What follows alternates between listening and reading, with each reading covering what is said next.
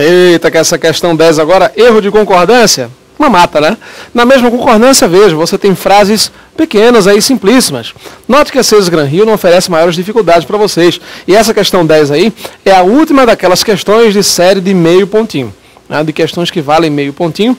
Daí para frente agora você só vai fazer questões de valor 1,5. Bom, vamos dar uma olhada aí nas frases de erro de concordância. Se a concordância pode ser nominal ou verbal, ele não especificou. Vamos ver o que é então, acompanha aí. Questão 10, uma questão tranquilinha. Ele quer saber onde há erro de concordância. Pode ver, gente, ó. Aquelas frases bem tranquilas, né? Muito presente em várias gramáticas simples, né? Em livros simples de português, fichas de aula. A revista custa caro. Relembrando, pessoal, o verbo custar é sempre estudado aí na concordância nominal, não é? O verbo custar, mas associado a quê? A palavra caro, barato, alto e baixo, não é? Então você vê muito isso aqui. Presta atenção nessa frase. A revista custa caro. A palavra caro pode ser adjetivo ou advérbio. Nesse caso aqui, caro é usado como advérbio porque o verbo custar indica a intensidade do custo, o valor. Caro aqui é advérbio. Note, eu não digo a revista caro, e sim custa caro. É como se você puxasse uma seta do caro para o custa. Então, esse caro aqui é advérbio, é um circunstante, concorda com o custa, com o verbo, associado realmente ao verbo aqui, a letra A está correta. Veja a diferença. Se eu tivesse, em vez do verbo custar, se eu tivesse, por exemplo, aqui o verbo ser, a revista é... Como é que fica isso aqui? A revista é cara, não é isso? A revista é cara.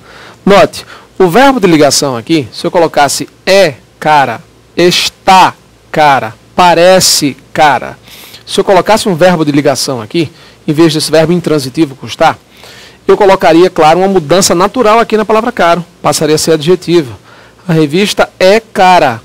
Ou seja, a relação agora da palavra claro, da palavra caro, está com a palavra revista. A revista está cara. É cara. Cara para a revista. Agora, mudei o verbo, coloquei um verbo de ação aqui, o verbo custar. A revista custa caro. Percebeu? Da mesma forma, a palavra barato, alto, baixo, tanto faz. Se eu dissesse, a mulher é alta. Alta, qualificativo de mulher, adjetivo. Agora, a mulher falou alto. Percebeu a diferença? Quando eu digo a mulher falou alto, eu me refiro agora à intensidade da fala. A intensidade. O verbo falar é um verbo de ação, não é um verbo de ligação. Então, a mulher é alta, é uma coisa. Alta é adjetivo, qualificativo. O é verbo de ligação. Mas quando eu digo a mulher falou alto, ela não falou alta. Percebeu? Ela falou alto. É a intensidade do falar. Então, você já observa aí que nesse contexto é advérbio. Certo? Na letra A, portanto, tranquilinho, concordância nominal. O uso das palavras caro, barato, alto e baixo dentro dessa mesma regra aí. Vamos lá, acompanhe. Na letra B, os funcionários estão meio descrentes. Olha só, os funcionários estão meio descrentes. Pessoal, regra do uso do meio, ó. Funcionários descrentes. Tudo bem, né? Aqui eu tenho um adjetivo que concorda com o substantivo a que se refere, mais uma vez aí, na concordância nominal, tá certo? Agora eu digo, os funcionários estão meio descrentes, verbo de ligação. Esse meio aqui, geralmente é objeto de dúvida, né? O pessoal se confunde nesse negócio aqui, meio, meia. Como é que eu uso meio? Como é que eu uso meia? Meia, meio, meia. Olha só. Além de meia, meia, meia, meia, meia, né? Meia de calçar, certo? Meia, calça, meia, meia mesmo, que é substantivo. Você só deve usar meia para metade. Só use meia para metade, rapaz. Mas por quê? O resto é meio. Agora é incrível, né? Já parou para perceber quantas pessoas você não já ouviu por aí afora falando meia de todo jeito? Já ouviu falar desse negócio? Ó, tá vendo aquela mulher ali? Parece que ela é meia doida, né? Meia não. Meio. Meia não, rapaz. Parece que ela é meia doida. Meia, é só essa banda, só desse lado aqui. É só essa metade aqui. Meia doida não. Meio. Cuidado com esse negócio.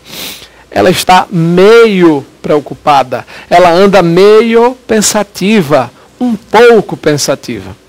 Agora, meio copo, meia tigela, meia garrafa, meio litro, metade do litro, metade da garrafa, metade da tigela. Percebeu? Marcelo, mas vê, se eu tiver andado muito, estou com as pernas que não aguento, eu posso dizer que eu estou meio cansada não, é? Se eu dissesse, eu estou meio cansada, rapaz, minhas pernas estão que eu não aguento, daqui para baixo, eu estou dando muitos. Nem assim, certo? E se for aquela porta de chalé, a portinha de chalézinho, aquela que abre em cima e embaixo, eu posso dizer que a porta está meia aberta? Não, pessoal.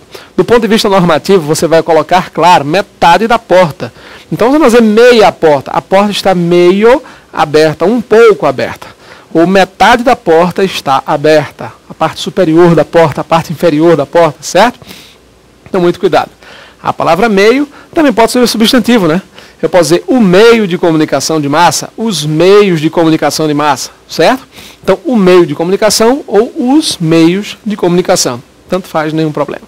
Certo? Então, fique ligado nisso aí, a palavra meio só se usa meia se for metade, ou então meia, claro, meia. Certo? O resto é meio. Meio cansada, meio pensativa. Se ligue nisso. Vamos lá, acompanha aí.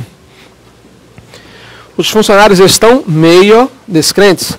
Estão um pouco descrentes. Esse meio aqui é advérbio, né? Ele é advérbio, sinônimo de um pouco, claro. Lembrando, advérbio é palavra variável que indica palavra invariável que indica circunstâncias. Modifica um verbo, um adjetivo ou outro advérbio. Meio descrentes, um pouco descrentes. Meio aqui com advérbio está interferindo diretamente aqui, né? Modificando o valor da palavra descrentes, que é adjetivo. Certo? Beleza? As equipes devem estar sempre alerta. Pessoal, aqui é mais uma norma de concordância nominal. Olha só. Aqui você tem as palavras menos, alerta, pseudo e a olhos vistos. Fazem parte do mesmo grupo. Olha só. Menos, alerta, pseudo e a olhos vistos. Uma expressão. Todas essas expressões podem ser estudadas dentro de um mesmo pacote. Dentro da mesma coisa. Todas elas são invariáveis. Menos. Não existe menos. Horrível, né? Horrível. Ah, tá rindo de quê? Disso aí? Pois é. Menos. Não dá, gente. É menos coisa. A sala hoje está com menos pessoa. Está com menos gente hoje. Está com menos coisas. Com menos nada. Nada menos. A palavra menos não é sequer dicionarizada. Nem para dar uma focinha aí. Não, rapaz, vai, né? Tem o Aurélio, às vezes, né? Alguns dicionários aí registram a palavra como pronúncia para tentar indicar o verbete adequado, né? Guaiamum, verbete original. Mas aí o cara registra lá guiamum, gaiamum, goiamum, para ver se puxa tudo pro mesmo canto, né? Para ver se orienta a parte da pronúncia. Mas cuidado. Nesse caso aí de menos e menos, não tem nada a ver com isso. Tá? Então havia menos pessoas e não menos.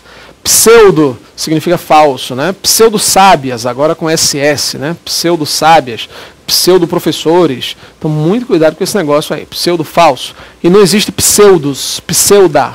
Ela é uma pseuda-professora. Pseuda não. Pseudo-professora, pseudo-orientadora, qualquer coisa assim. Certo? Falso, falsa, mas é pseudo sem variação. Não há variação não. Certo? Alerta. A palavra alerta, gente, é advérbio. Há pessoas que geralmente colocam, pensam que é adjetivo e que flexibiliza, né? Flexiona normalmente aí, mas na verdade isso não acontece. Eles estão alertas. Não pode. Eles estão alerta. Gramaticalmente a palavra alerta é considerada como advérbio. Então não tem jeito. Eles estavam alerta. Eles pareciam alerta. A palavra alerta é advérbio. Agora, a expressão em alerta, que é uma expressão preposicionada, né? Vamos dizer assim. Uma expressão preposicionada em alerta invariável. Ele estava em alerta. Todos estavam em alerta. Formas realmente preposicionadas. Uma outra coisa, a palavra alerta pode flexionar no caso específico de ser usado como substantivo. Olha só a diferença. Eu vou te dar um alerta, um aviso, um toque, um conselho. Eu vou te dar 2 alertas. vou te dar 3 alertas. Percebeu? 3 avisos, 3 conselhos. A palavra alerta aí é substantivo. Da mesma forma, eu posso dizer assim, os alertas dos bombeiros soaram. Olha só. Quando eu digo os alertas dos bombeiros soaram, claro, os alertas, os avisos, as sirenes. Percebeu? Nesse contexto, a palavra alerta também será utilizada como substantivo. Aí muda tudo, aí você já sabe, né? Tranquilo, flexiona normalmente. A expressão olhos vistos, só na gramática lá do Segal é que ele faz uma referência, vista, vistas, mas via de regra, nas provas de concurso, você não tem realmente a expressão olhos vistos como variável não, tá? Pelo menos não é aceito pela maioria dos gramáticos aí, e as provas não estão nem aí para esse negócio, ok? Vamos avançar, acompanha aí. Olha só. Alerta usado aqui, portanto, como advérbio, né? Estar alerta, ok? Invariável também, nenhum problema, tudo certinho. As faturas, olha só, aqui eu tenho um as craseado, hein, gente? Um acentuado mesmo, um acento grave, indicativo de crase. As faturas estão anexo às listas de preço. Perceba que ele fez um buruçu, um auê aqui, um samba do crioulo doido nessa frase, né? A frase seria: as listas de preço estão anexas às faturas. Esse as aqui é uma preposição exigida pela palavra anexo. O que está anexo a. Agora veja que interessante. Ele começou a frase embolando tudo, colocando exatamente esse mesmo contexto aqui, ó. As faturas, percebeu? Tem que arrumar tudo, colocar a frase na ordem, tudo bonitinho, ó. As listas de preço, sujeito da história, sujeito da frase. As listas de preço estão anexas. Não concorda com faturas, concorda com listas. As listas estão anexas ou as listas estão em anexo.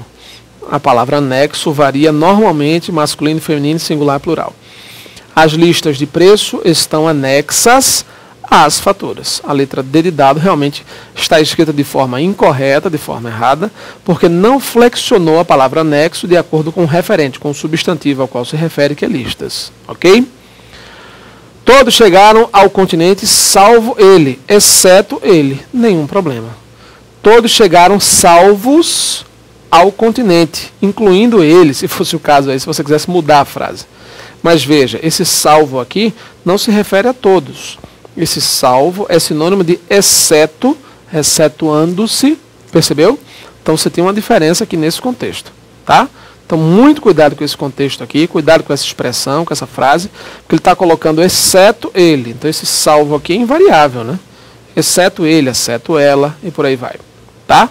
No caso do anexo aqui, que a gente viu na letra D da resposta, você tem várias palavras que seguem a mesma linha, né? Você pode ter, por exemplo, mesmo, próprio, incluso, anexo, obrigado, kit. São palavras que sempre sofrerão flexão de acordo com o substantivo ao qual se referem. Não é? Mesmo e próprio variam tanto quanto o anexo. Anexo, incluso, né? Eu posso ter carta anexa, documentos anexos, cartas anexas, documentos anexos. A palavra incluso, carta inclusa, documentos inclusos. Percebeu a diferença? Varia normalmente. Da mesma forma, mesmo e próprio. Ele mesmo, elas mesmas, eles próprios, elas próprias, ela mesma. Então varia normalmente masculino, feminino, singular e plural. A palavra kit é que não sofre variação alguma nesse contexto de concordância nominal aí, tá? A palavra kit só nada de flexão de número, ou melhor, de gênero, de forma alguma, somente número, singular e plural. Eu estou kit, nós estamos kites. A única flexão de número aí. Não há nenhuma flexão, nenhuma variação de gênero, tá? Eu estou kit, nós estamos kits. Não existe eu estou quito, quita. Não existe isso. Mas o pior não é nem isso. Você deve ter ouvido seguramente por aí algumas pessoas mencionando a expressão em dia. Já viu isso aí?